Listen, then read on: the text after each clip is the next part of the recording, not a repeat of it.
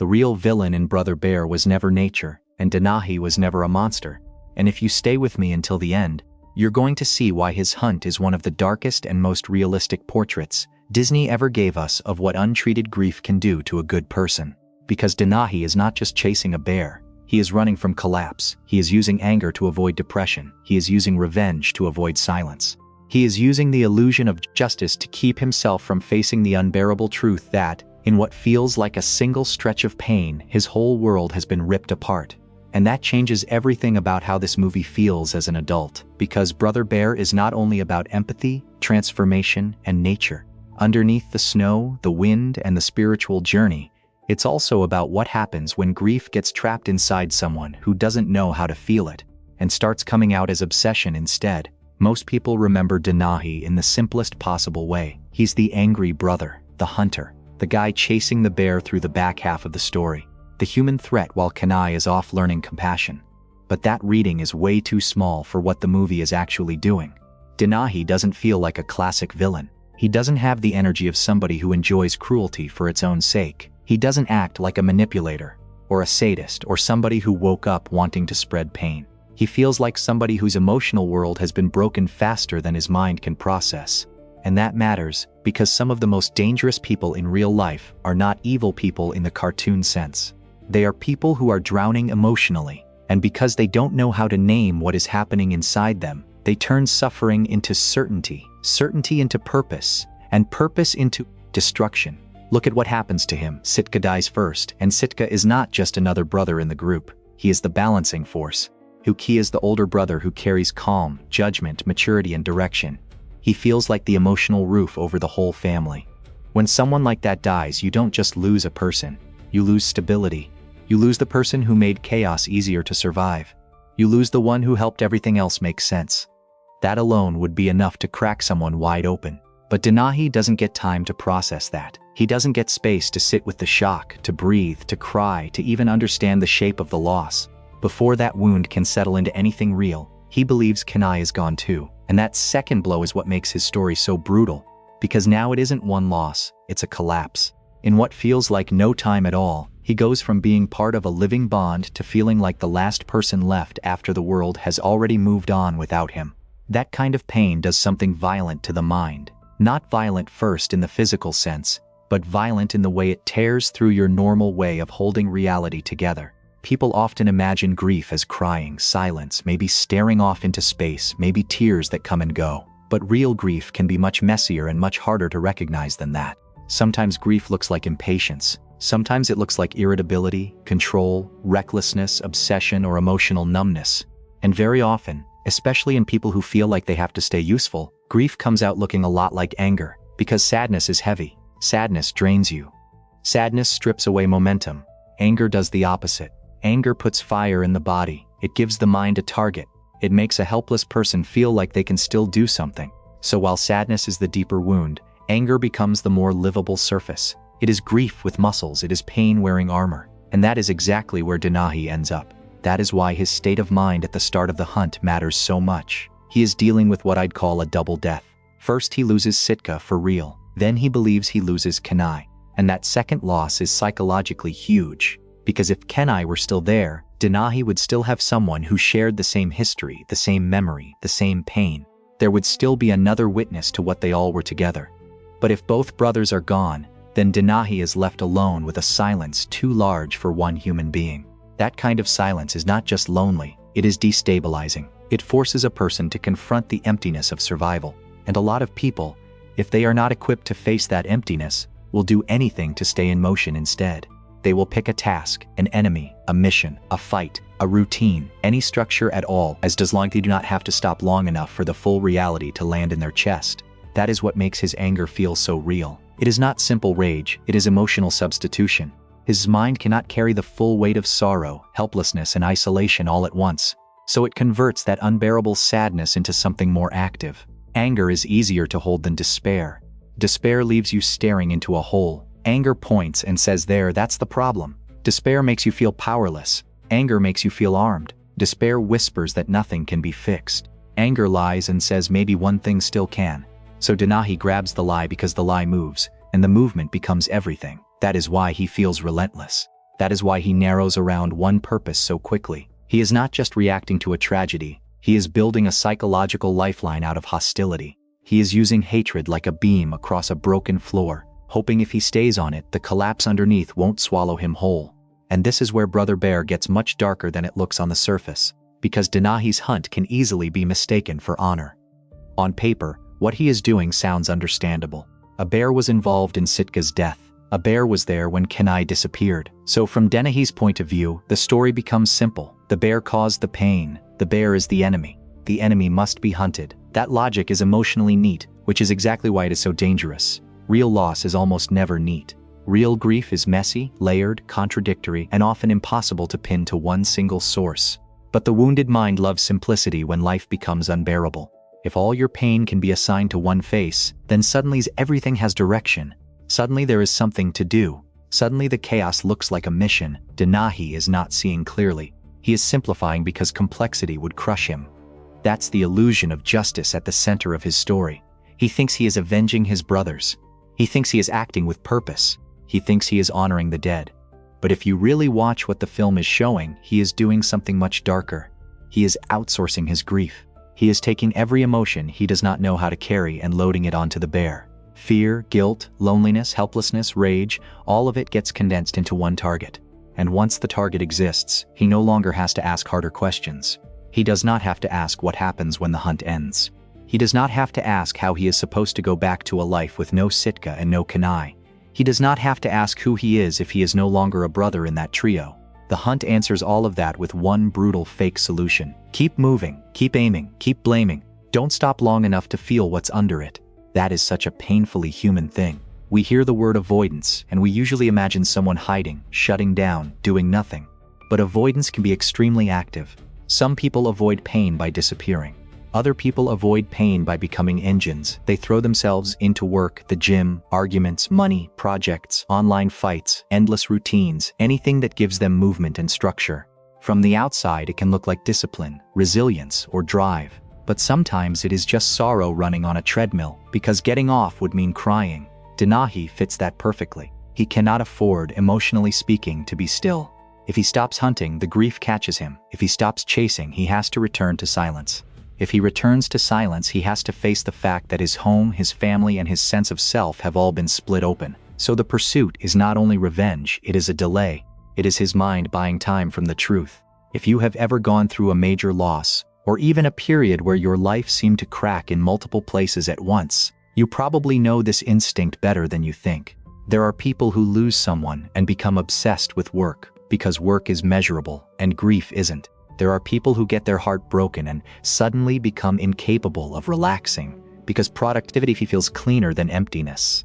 There are people who feel ashamed, weak, or left behind, and instead of admitting it, they become harsh, defensive, sarcastic, controlling, or furious all the time. They are not choosing pain in some theatrical way. They are choosing emotion because motion protects them from the silence where everything hurts.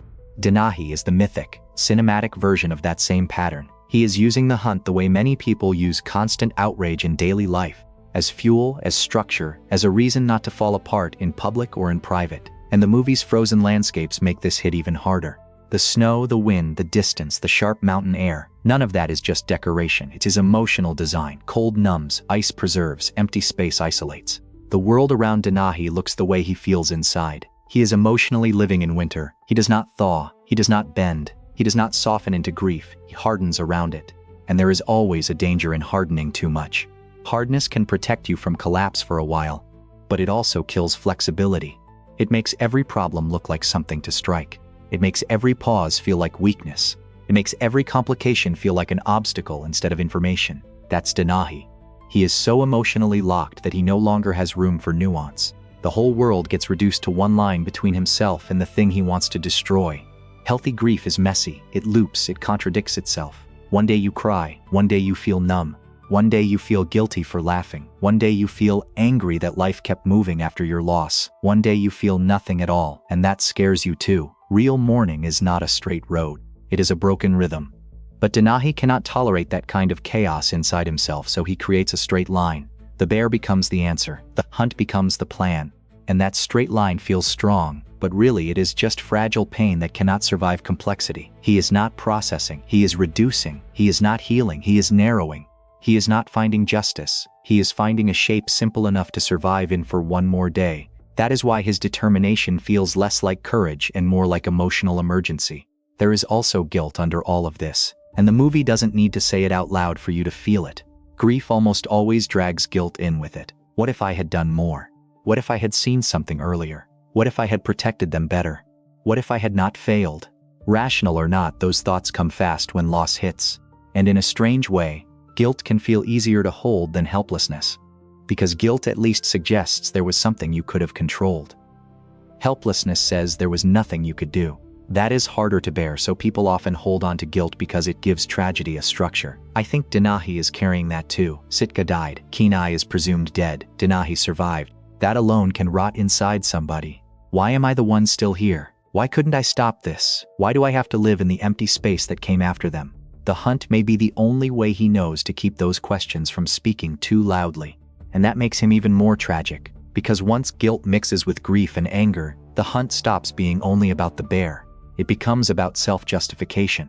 If he can kill the thing he blames, then maybe he was not useless. If he can avenge his brothers, then maybe his survival means something. If he can finish the story with action, then maybe he does not have to sit with the possibility that he could not save anyone. That's one of the saddest things pain can do to a human being. It can turn action into proof of worth. It can make somebody feel like they have to perform strength in order to avoid feeling their own inadequacy. So Denahi is not just chasing revenge. He is chasing a version of himself that still feels like a brother who mattered, a protector who did not fail, a survivor whose life still has shape.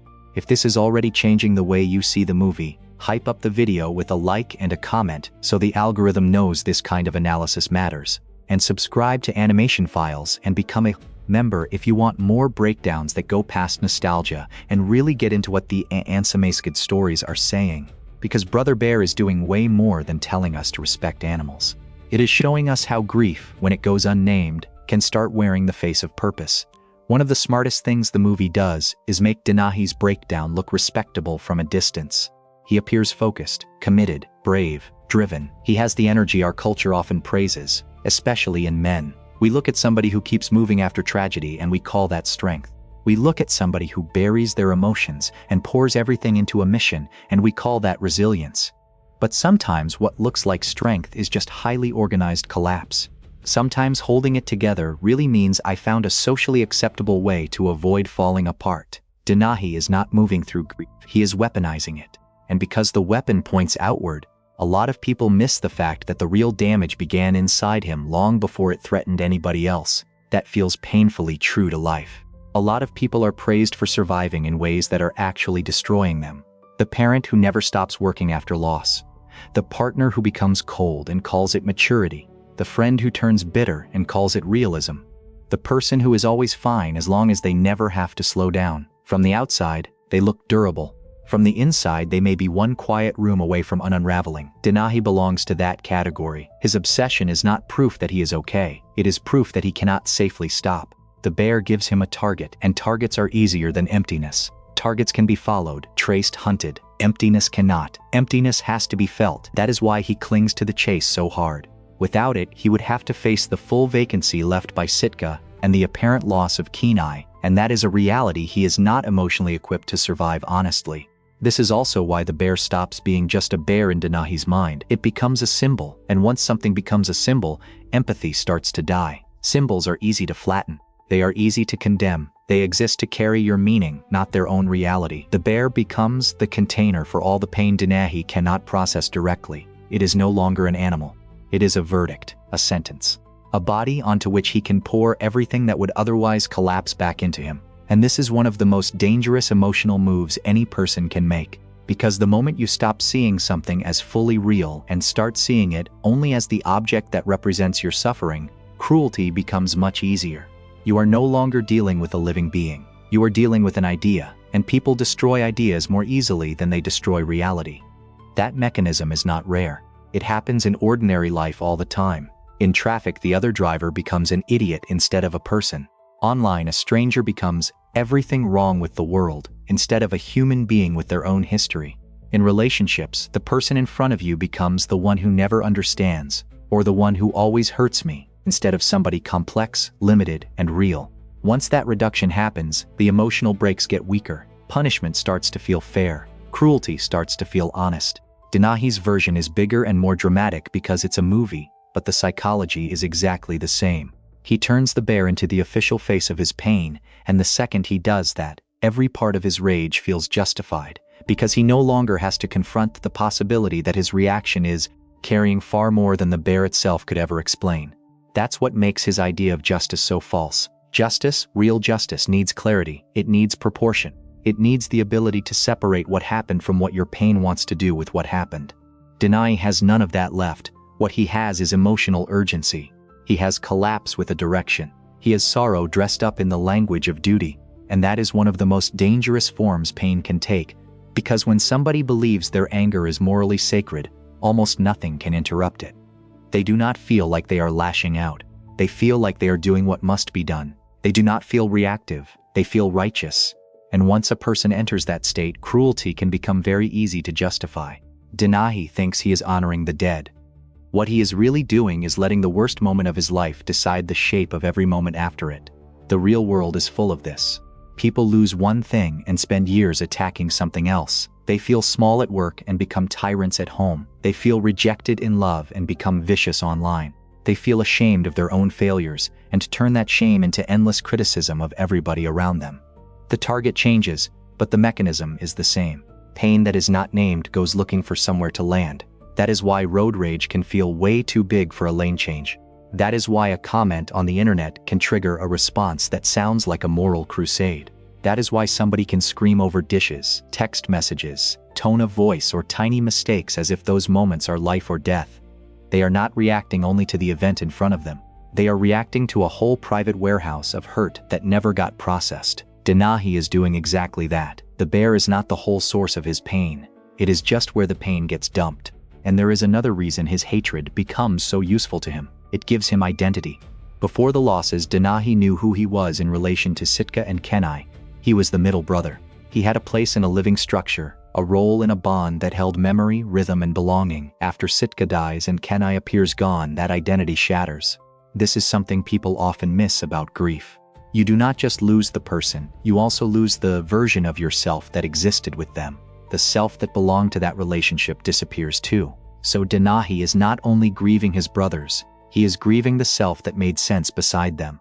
And the hunt gives him a replacement identity. The avenger, the surviving brother, the one still carrying the mission. It is a false identity, but it is something to stand on. In grief, that can feel like survival. You see this in real life all the time. People get hurt and rebuild themselves around hardness because hardness feels easier than grief. They become the tough one, the detached one, the brutally honest one, the one who never forgives, the one who does not need anybody. Those identities can look strong, but often they are just grief with branding. They are ways of saying, I will never be that vulnerable again, even if it means becoming someone colder than I ever wanted to be. Denahi fits that perfectly.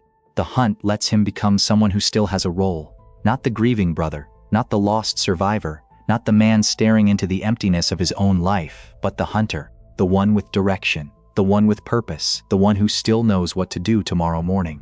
That is not healing, that is identity built out of avoidance. Quick side note right in the middle of this. If these animated stories mean something to you beyond simple nostalgia, check out the exclusive animation-themed shirts in the YouTube shopping shelf, because it's a great way to support the channel and carry a little piece of that world with you. Now back to Denahi, because there is a deeper layer here that makes his story even sadder. Hatred is not just an emotion for him, it is a tool, a toxic one, but still a tool. It gives him structure, routine, direction, even energy. And that matters because underneath all this rage, there is a strong chance he is standing on the edge of depression. Not just sadness, but that heavy emotional emptiness where motivation disappears, identity fades, and the future looks cold and blank. Anger protects him from that void. Anger is stimulating. It gets the body moving. Depression deadens. So a lot of people cling to anger because anger feels alive, even when it is destroying them. It is easier to stay mad than to admit you feel hollow. Easier to fixate on an enemy than to say you don't know who you are anymore. Denahi uses the hunt exactly that way. As long as he has something to hate, he does not have to fully enter the dead zone opening beneath him. That is why his journey feels so frighteningly realistic. There are people who survive pain by crying. There are people who survive by numbing out. And then there are people who survive by turning themselves into engines of resentment. They need somebody to blame because blame keeps the blood warm. They need conflict because conflict protects them from collapse. They need outrage because outrage gives shape to emptiness. From the outside, that can look powerful. It can sound principled. But underneath, it may just be despair refusing to sit still.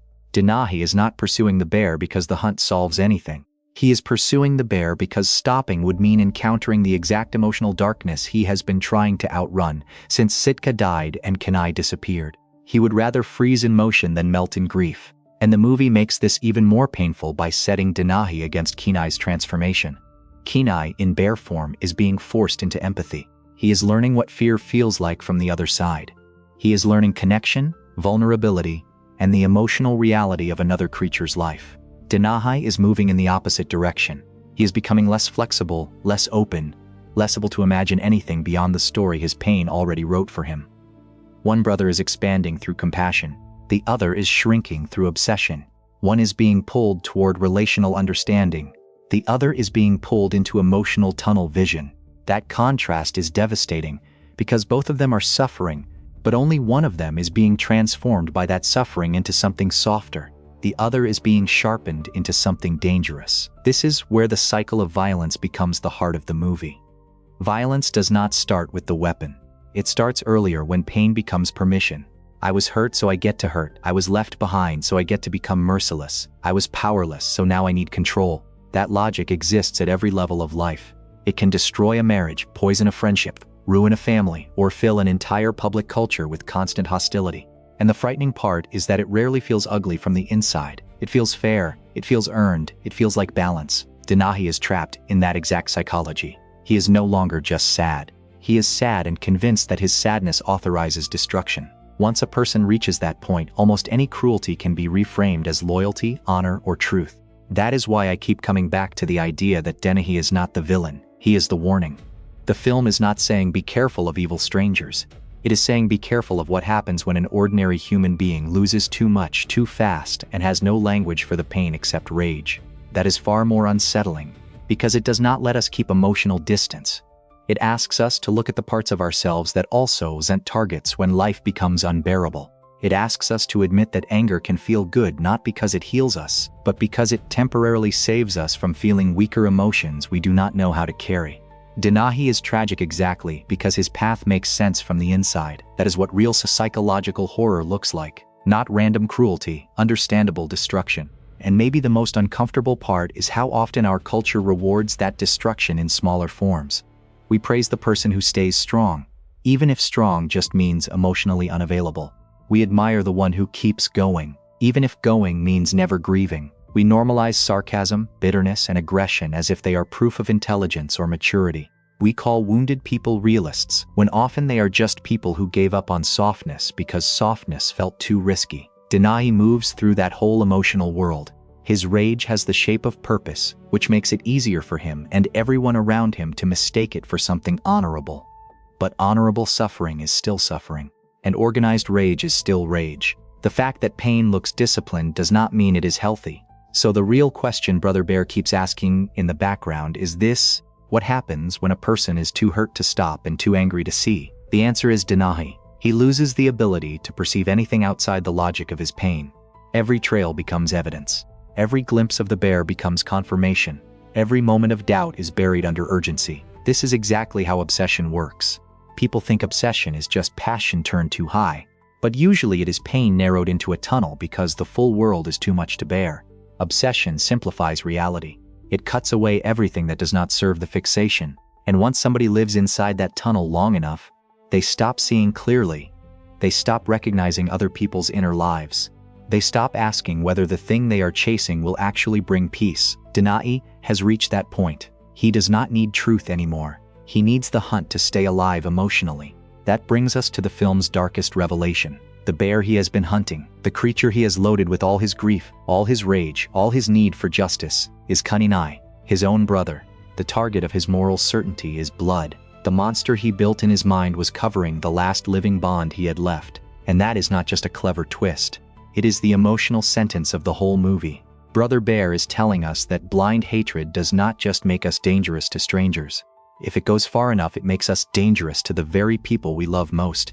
It can distort recognition so badly that we stop seeing family as family. We stop seeing love as love. We see only the role our pain assigned them.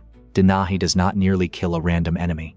He nearly destroys the very thing he believes he is avenging. Try to sit with the weight of that from his side. If the bear is canine, then the entire structure holding Denahi together collapses in one brutal second. If the bear is canine, then his righteousness was blindness. If the bear is canine, then his justice was projection. If the bear is canine, then the mission that gave him identity, purpose, and movement almost turned him into the final instrument of his family's destruction. That is unbearable. It is not just surprise, it is total internal collapse. The Avenger disappears, the story disappears, the clean enemy disappears. And underneath all of that, waiting the entire time, is the grief he never processed, now mixed with the horror of realizing what that grief almost made him do. The mask of anger falls away, and under it is not a villain satisfied with revenge. It is a shattered human being staring at the wreckage of his own blindness. That moment is the true horror of Brother Bear, not the wilderness, not the danger, not the spiritual mystery. The real horror is self-recognition. It is the moment a person sees that the thing they call justice was actually pain with a weapon. It is the moment they realize the target was never carrying the whole truth. It is the moment they understand that their refusal to grieve honestly almost turned them into the last source of the damage they were trying to escape. Families experience smaller versions of this all the time. A parent realizes too late that untreated pain made them cold with their child. A partner realizes bitterness turned their home into a war zone. A friend realizes insecurity poisoned every conversation. Denahi's moment is mythic and dramatic, but the emotional pattern is painfully common. People often wake up to their own damage only after the damage is already done, and that is what makes the lesson of the movie so brutally real. The cycle of rage never delivers what it promises.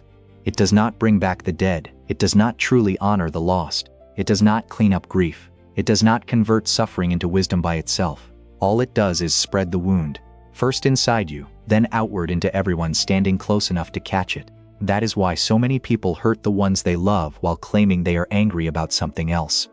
The people closest to us often become the ones who absorb the pain they did not cause, not because they deserve it, but because they are near, because they are available, because they are inside our reach when the private storm finally spills over. Denahi almost turns his grief against his own brother because grief without reflection always looks for the nearest body strong enough to carry what we refuse to carry ourselves. You can see versions of this every day. Someone feels humiliated at work and comes home cruel. Someone is drowning in self-hatred and becomes hypercritical of everybody around them. Someone is grieving something they never properly faced and starts picking fights online because for a moment, anger feels cleaner than sorrow. Somebody feels invisible and turns every disagreement into proof that nobody cares. We invent bears all the time. We invent enemies because enemies are easier than emptiness.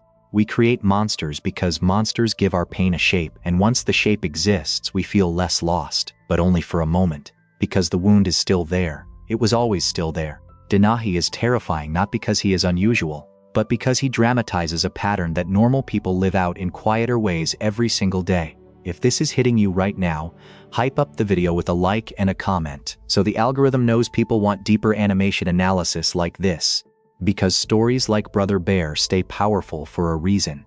They are telling the truth about us, while we think we are just watching a movie. That is why I see Denahi as one of Disney's most underrated tragic characters. Not because he is secretly right. He is not. Not because his actions should be excused. They should not. But because he represents a kind of suffering that is both deeply human and deeply dangerous. Suffering that puts on armor and starts calling itself purpose. Suffering that looks brave while it is actually collapsing. Suffering that sounds morally certain while it is emotionally lost. Suffering that says if I just keep moving, if I just keep fighting, if I just keep blaming, I will never have to sit in the full silence of what happened to me. That is Denahi. He is the portrait of a man who cannot mourn, so he hunts. He cannot cry, so he hardens. He cannot return home emotionally, so he keeps chasing something through the cold. And the final warning of Brother Bear is almost cruel in how simple it is. Anger is not always strength. Sometimes anger is grief with clenched fists. Sometimes rage is the part of you that would rather burn everything down than admit you are lonely, powerless, ashamed, or heartbroken. Sometimes what looks like determination is actually emotional panic in a disciplined shape. Denahi is not horrifying because he was born monstrous. He is horrifying because he shows how easily a human being can become unrecognizable when pain goes unnamed for too long. He shows how depression can hide inside aggression. He shows how the need for justice can be secretly powered by the need to avoid reality. And he shows how a person can sincerely believe they are fighting for love while almost destroying the last thing love left behind. So when you rewatch Brother Bear with that in mind, Denahi running through those frozen mountains stops looking like heroic determination. It starts looking like a man trying to outrun a black hole opening inside him. It looks like grief using revenge as life support. It looks like sorrow transformed into pursuit because stillness feels fatal.